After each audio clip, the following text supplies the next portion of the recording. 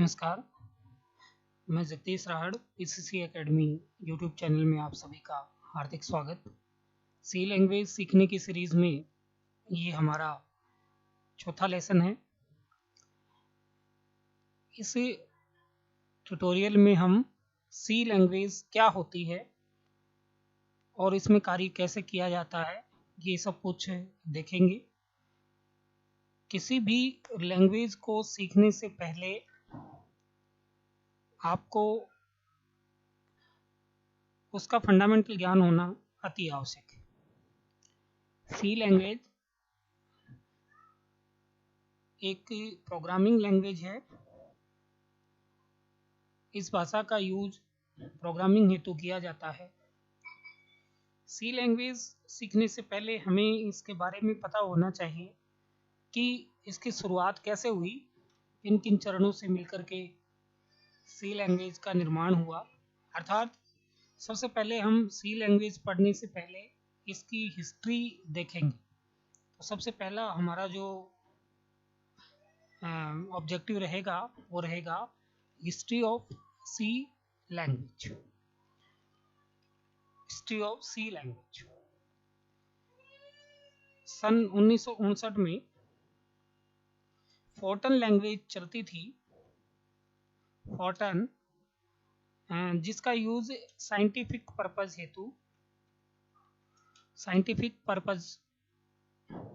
हेतु किया जाता, अर्थात ओनली साइंटिस्ट ही इसका यूज कर सकते थे। फिर 1960 में एल्गोल 60 का निर्माण किया गया। इसका पूरा नाम एल्गोरिथमिक लैंग्वेज होता है। इसका यूज फोर्टन के अल्टरनेट के रूप में किया गया। इसे कैम्ब्रिज यूनिवर्सिटी में डेवलप किया गया था। इसके पश्चात सन 1963 में CPL लैंग्वेज का निर्माण हुआ, जिसका पूरा नाम होता है कंबाइन प्रोग्रामिंग लैंग्वेज। इसमें कुछ सुधार करके 1967 में BCPL जो बेसिक कंबाइन प्रोग्रामिंग लैंग्वेज, जिसका पूरा नाम होता है, इसका निर्माण मार्टिन रिचर्ड नाम के वैज्ञानिक थे, इन्होंने किया।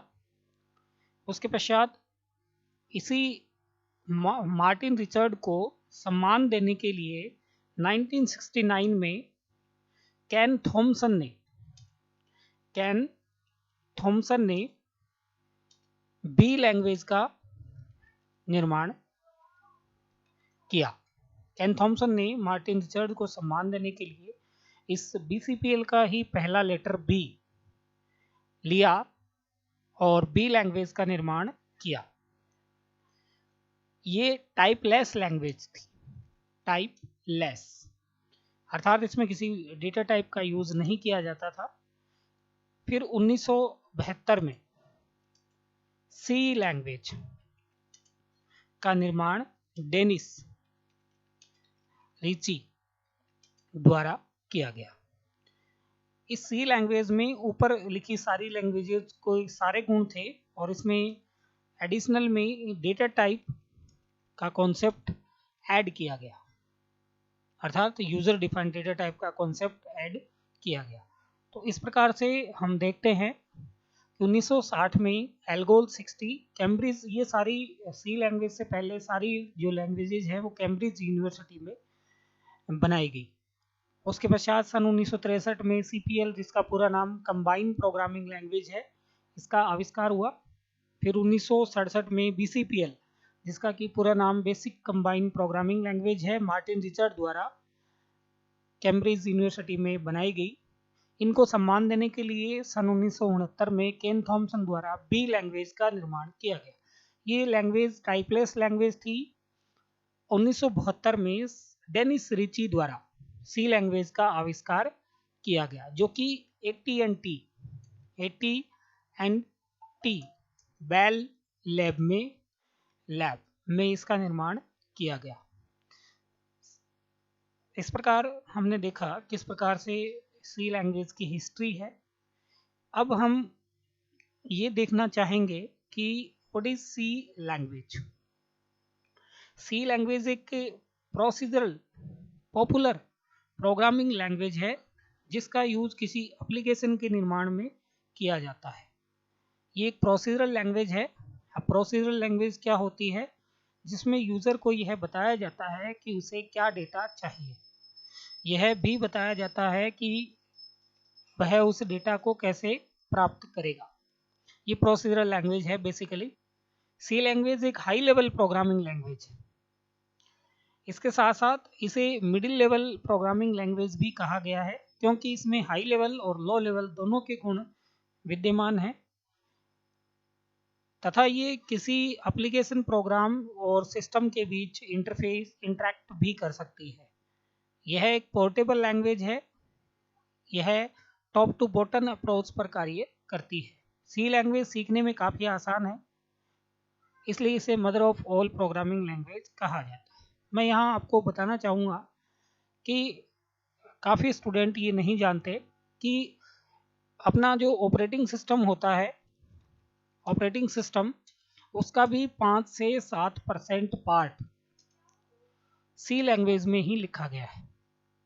अपने डिवाइस ड्राइवर भी सी लैंग्वेज में लिखे गए हैं। डिवाइस ड्राइवर का मतलब, जैसे हम अपने कंप्यूटर में पेन ड्राइव लगाते हैं तो उसके ड्राइवर ऑटो इंस्टॉल होते हैं, जिसका हमें पता ही नहीं चलता।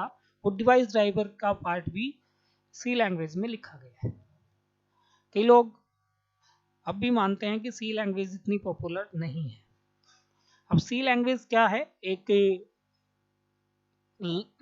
High level programming language. इसकी कुछ करेक्टरिस्टिक्स हैं, विशेषताएं हैं, जो हम अब पढ़ने जा रहे हैं कि सी लैंग्वेज की क्या क्या विशेषताएं हैं। तो characteristics of C, characteristic of C language. Number 1, procedural language. C language एक प्रोसीजरल लैंग्वेज है, अर्थात इसमें यूजर को बताना होता है कि क्या डेटा चाहिए, what data do you want, तथा यह भी बताया जाता है कि वह अर्थात वह यूजर उस डेटा को कैसे प्राप्त करेगा। नंबर 2 इसमें आता है हाई पोर्टेबल लैंग्वेज है। हाई पोर्टेबल लैंग्वेज अर्थात पूर्ण रूप से पोर्टेबल लैंग्वेज है। सी लैंग्वेज में किसी एक कंप्यूटर में बनाए गए प्रोग्राम को दूसरे कंप्यूटर में आसानी से चलाया जा सकता है, इसलिए यह हाई पोर्टेबल लैंग्वेज कहलाती है। नंबर 3 हाई लेवल लैंग्वेज है। High level language, high level language अर्थात वह लैंग्वेज जिसमें हम इंग्लिश वर्ड्स का यूज कर सकते हैं, अर्थात इसमें कोई भी साधारण यूजर प्रोग्रामिंग का निर्माण, कोई भी प्रोग्राम का निर्माण कर सकता है, अर्थात यह high level language. Middle level language, also middle level language.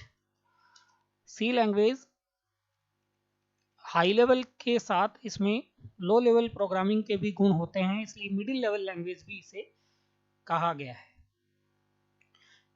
उसके पश्चात कंसाइज सोर्स प्रोग्राम, अर्थात इसमें कोई भी साधारण यूजर भी प्रोग्रामिंग आसानी से कर सकता है। इस लैंग्वेज में कोई भी साधारण यूजर आसानी से प्रोग्रामिंग कर सकता है और इसमें बनाए गए प्रोग्राम काफ़ी सरल व शॉर्ट होते हैं, अतः इन्हें आसानी से समझा भी जा सकता है। अगली इसकी विशेषता के रूप में हम देखते हैं केस सेंसिटिव। केस, सी लैंग्वेज एक केस सेंसिटिव लैंग्वेज, अर्थात इसको मैं बता देता हूं, इसमें ए और ए दोनों का मतलब अलग होता है। एक ए 65 होता है, एक ए का मतलब 92 होता है। तो ए और ए केस सेंसिटिव है होता है जिसमें लोअर केस और अपर केस दोनों का अर्थ बिल्कुल अलग होता है, उसे केस सेंसिटिव लैंग्वेज कहते हैं। केस सेंसिटिव का समझ में आ गया होगा। उसके पश्चात फ्री फॉर्म लैंग्वेज है ये, फ्री फॉर्म लैंग्वेज, अर्थात सी लैंग्वेज एक ऐसी भाषा है जिसमें यूजर अपनी इच्छा अनुसार स्टेटमेंट को प्रोग्राम में कहीं भी लिख सकता है।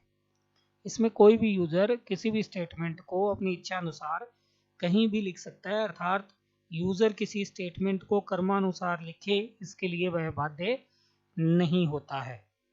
उसके पश्चात रोबस्ट प्रोग्रामिंग लैंग्वेज।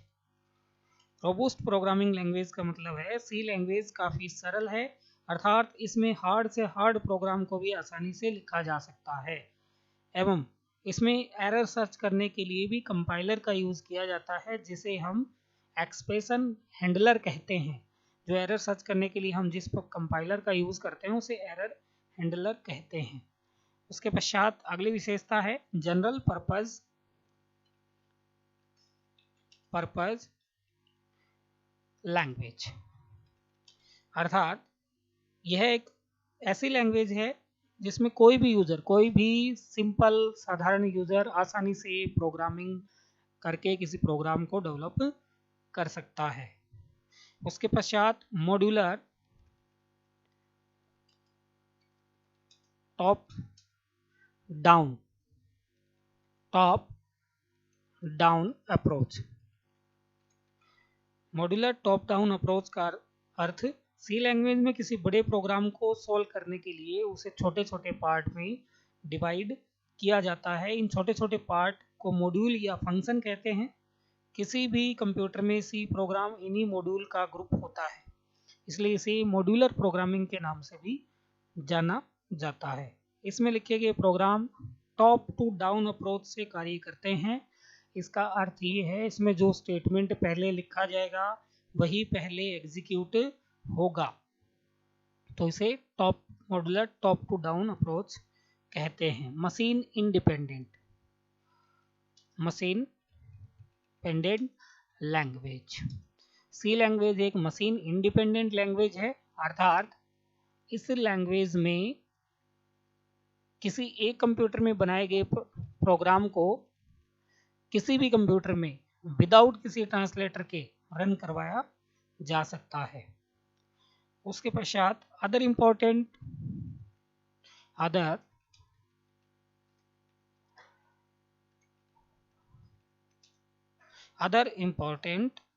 कैरेक्टरिस्टिक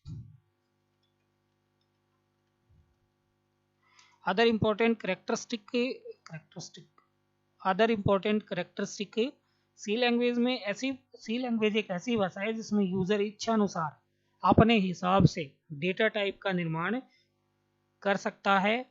जो यूजर अपने हिसाब से डेटा टाइप का निर्माण करता है उसे यूजर डिफाइंड डेटा टाइप के नाम से जाना जाता है, अर्थात इसमें हम अपनी इच्छा अनुसार डेटा टाइप भी क्रिएट कर सकते हैं।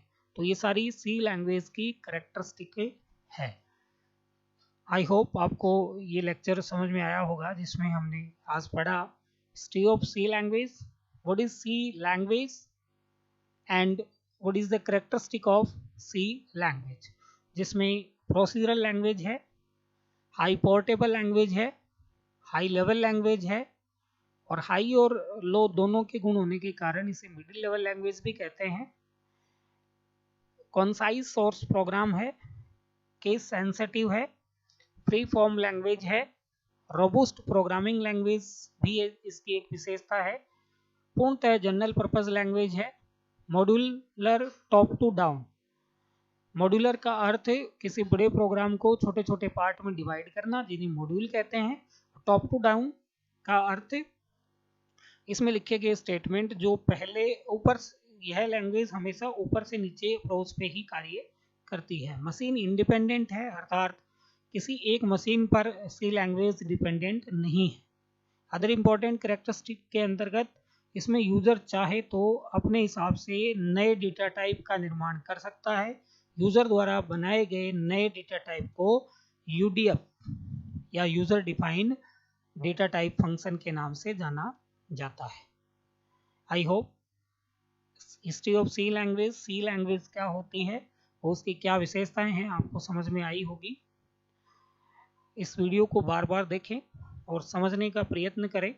अगर आपकी कोई प्रॉब्लम हो तो कमेंट बॉक्स में बताएं और अपने चैनल पीसीसी एकेडमी को सब्सक्राइब करना, लाइक करना, शेयर करना ना भूलें। Thank you very much.